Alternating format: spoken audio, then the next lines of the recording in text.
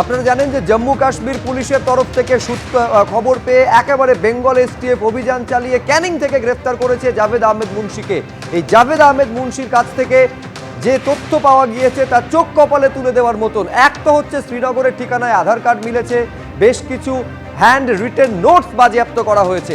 এখন প্রশ্ন হচ্ছে এই যে হাতে লেখা নোটস তাতে ছিলটা কি, তাই এখন ডিকোড করার চেষ্টা করছেন তদন্তকারীরা এবং তারা এটা মনে করছেন এই নোটস যদি ডিকোড করা যায় তাহলে অনেক তথ্য, হয়তো কিছু বিস্ফোরক তথ্য সামনে আসতে পারে। ও তো জম্মু কাশ্মীর পুলিশ ধরেছে, বেঙ্গল পুলিশের তো ক্রেডিট নেই। আজকে 1.5 বছর ধরে হরিহর পাড়ায় ভারত বিরোধী জিগির তুলে মাদ্রাসা চালাচ্ছে। ভোটার লিস্টের নাম আছে, যে নাম তুলেছিল ওই ভিডিওকে এক্ষুনি অ্যারেস্ট করা উচিত ইউএপিএ অ্যাক্ট লাগিয়ে। যে ভিডিও নাম তুলেছেন তাকে ধরা উচিত, ঠিক জায়গায় যাচ্ছে না। ওটাও তো আসাম পুলিশ এসে করেছে। আমি আপনাকে বলছি পুলিশকে এমন প্যানিক করে রাখা হয়েছে, পুলিশকে এমন প্যানিক করে রাখা হয়েছে তারা একটি নির্দিষ্ট কমিউনিটির লোক যদি হয়, তার নামে যদি সেই পরিচয় হয়, টাচ করতে পারবে না।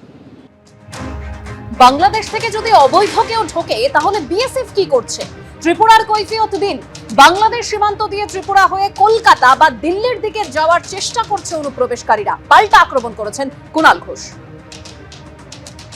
যদি বাংলাদেশ থেকে বহিরাগত অবৈধ কেউ, রোহিঙ্গা অবৈধ যারা ঢোকার বিষয়, আপনাদের কেন্দ্রীয় সরকারের বিএসএফ, সীমান্ত পাহারা দেওয়ার দায়িত্ব কেন্দ্রীয় সরকারের, তা আপনারা দিচ্ছেন না কেন? কেন দেননি? বাংলাকে তো পরে বলবেন, ত্রিপুরার কৈফিয়ত দিন। বিরোধী দলনেতা ত্রিপুরার কৈফিয়ত দিন। বাংলাদেশ থেকে ত্রিপুরা সীমান্ত দিয়ে ত্রিপুরায় ঢুকেছে, ত্রিপুরায় ঘাঁটি গেড়ে বসেছিল এবং ত্রিপুরা থেকে ট্রেনে উঠে কলকাতা বা দিল্লির দিকে যাওয়ার চেষ্টা করছে। এবার যখন দিল্লি বা কলকাতা বা কোনো জায়গা থেকে, কলকাতা থেকে যদি কোনো একটা উদ্ধার হয়, ধরা পড়ে, গ্রেফতার হয়, তখন বলবে কলকাতা থেকে গ্রেফতার হয়েছে। ভারতবর্ষের বিভিন্ন রাজ্যে গতিবিধি, বিস্ফোরণ, হামলা, পুলওয়ামা, সংসদের স্টেটমেন্ট, 14টা স্টেটে এই মুভমেন্ট, আর বাংলাকে ঘিরে আপনারা কুৎসা করছেন। আগে ত্রিপুরার কৈফিয়তটা আগে দিন। অনুপ্রবেশ রুখতে সব রকম পদক্ষেপ করছে বিএসএফ। সীমান্ত সুরক্ষিত রয়েছে, দাবি বিএসএফ এর ডিজির। हमारा बॉर्डर बीएसएफ के द्वारा गार्ड किया जाता है और दूसरी तरफ से बीजीबी की तरफ से गार्ड किया जाता है।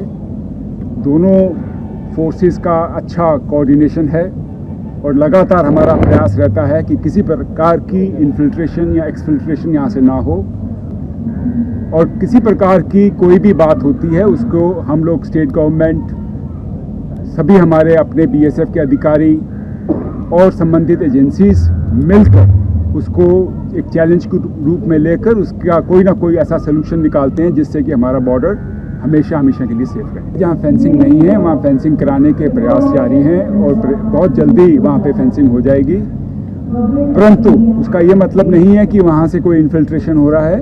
वहाँ पे हमने अपनी पेट्रोलिंग बढ़ा रखी है, सीसीटीवी कैमरास लगाए हैं, पूरा एरिया दिन और रात में फ्लड लाइट रहता है और लगातार हम उस क्षेत्र में गहन पेट्रोलिंग करते हैं ताकि किसी प्रकार का कोई इन्फिल्ट्रेशन ना होने पाए।